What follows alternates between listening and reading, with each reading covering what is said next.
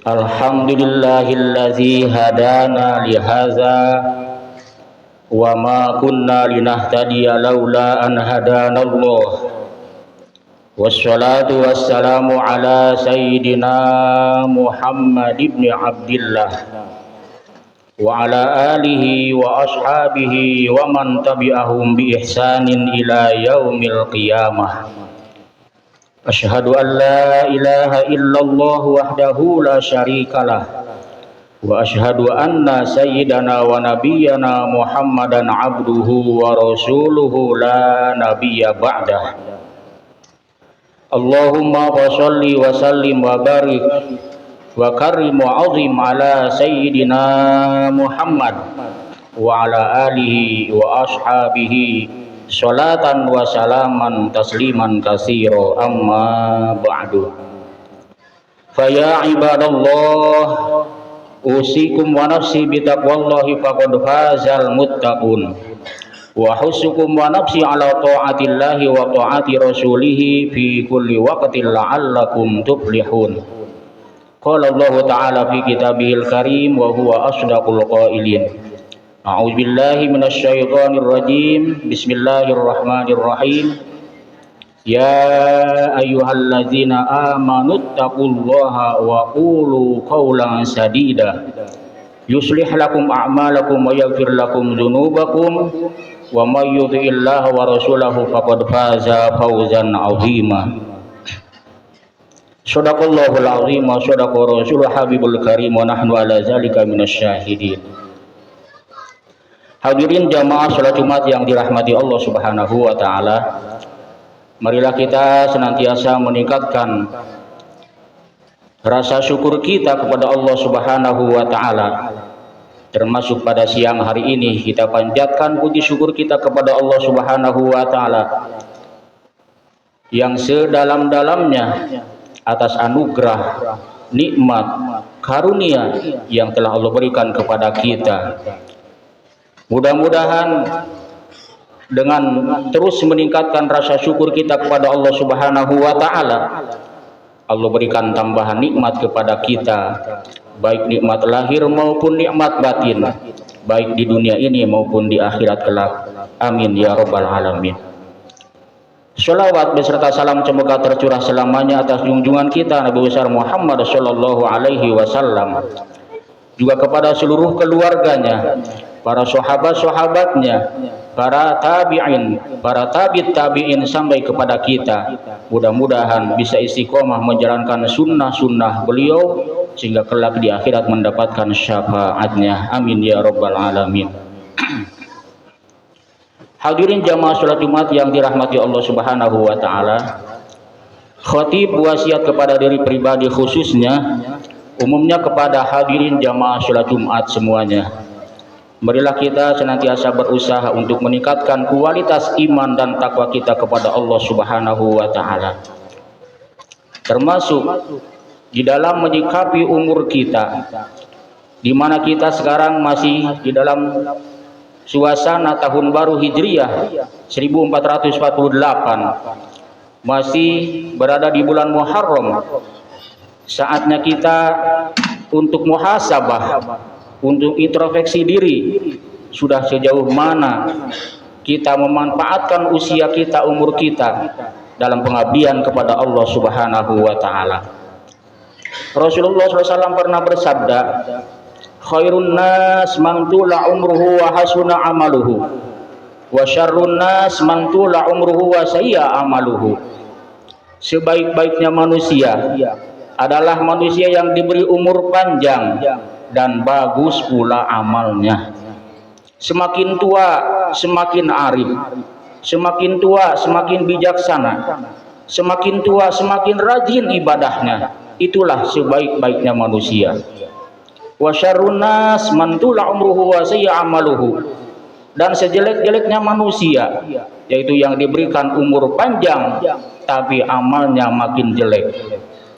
Kita tiap hari, bukan hanya tiap hari, tiap waktu, tiap hari, tiap minggu, tiap tahun, secara hitungan umur kita terus bertambah, secara hakikat umur kita terus berkurang, maka siogyanya bagi kita untuk terus meningkatkan kualitas iman dan takut kepada Allah Subhanahu wa taala agar menjadi manusia terbaik sebagaimana pandangan Rasulullah SAW. Jangan sebaliknya, tambah usia tambah jelek amalnya. Naudzubillahi min dzalik.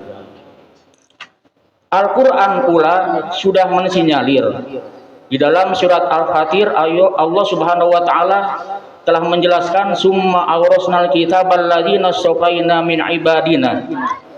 Kemudian aku wariskan kepada orang-orang yang aku pilih dari sebagian hamba-hambaku, yaitu Alkitab, yakni Al-Quranul Karim. Kita sebagai umat Islam diberi bekal, diwaris oleh Allah untuk pedoman hidup kita, agar hidup kita terarah dan bermanfaat dan juga bahagia dunia maupun akhirat, yakni Al-Quranul Karim. Akan tetapi faminhum zalimun li nafsi, kata Allah, sebagian mereka ternyata ada yang selalu zalim pada dirinya sendiri.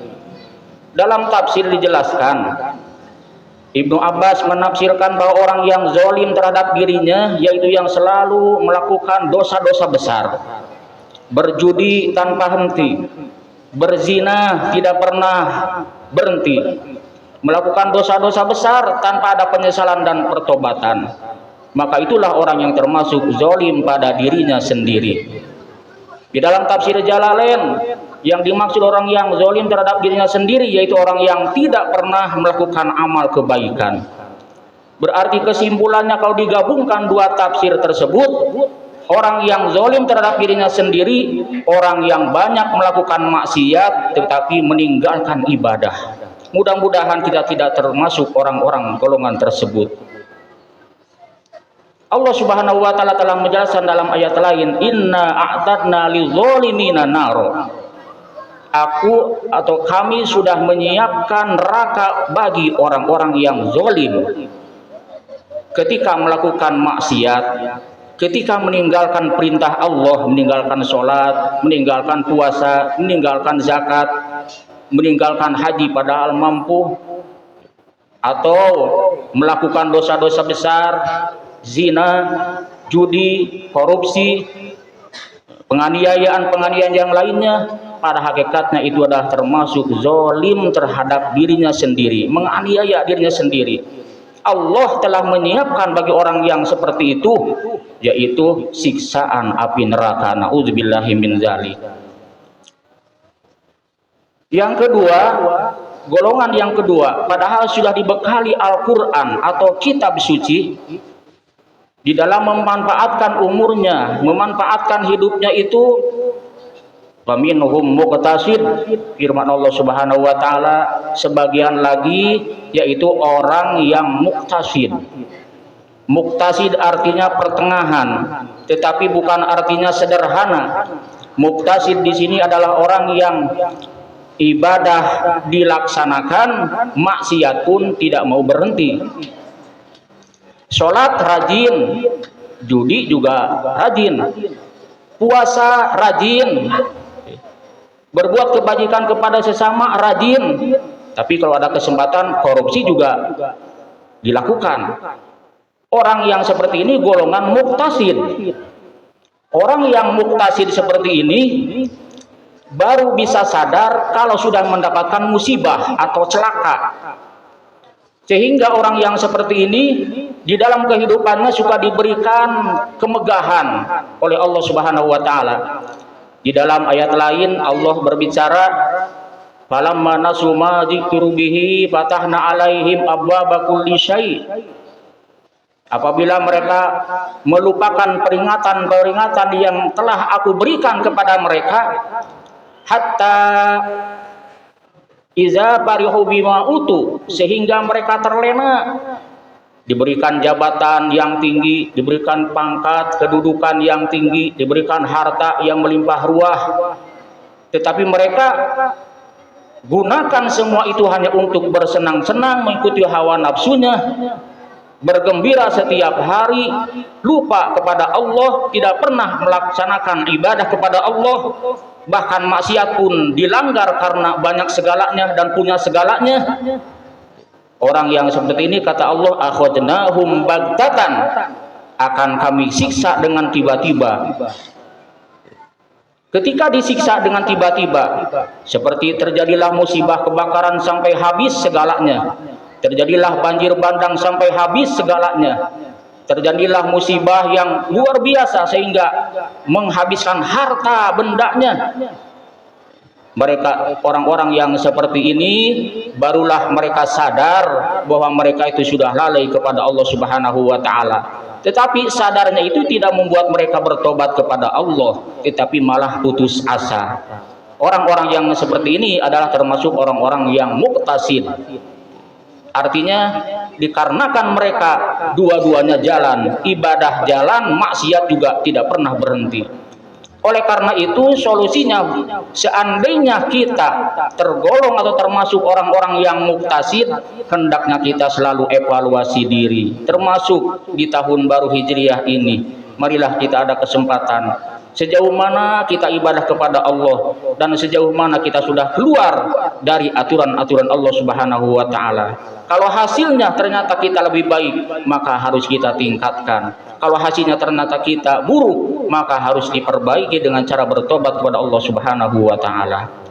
Golongan yang ketiga, di dalam surat Al-Fatir, firman Allah Subhanahu wa taala, "Wa minhum sabiqun bil khairati bi iznillah, dzalikal huwal fadlul kabir."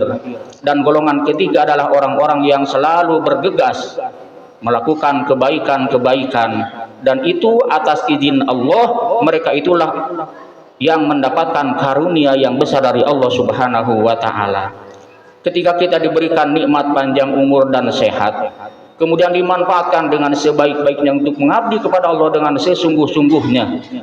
Artinya ketika ada perintah sholat, kita tunda dulu yang lain, utamakan perintah Allah Subhanahu wa taala. Ketika kita diberikan keluasan rizki, apa perintah Allah termasuk zakat, kita segera keluarkan zakatnya. Ketika ada orang yang perlu bantuan, kita segera membantu mereka dengan harta kita.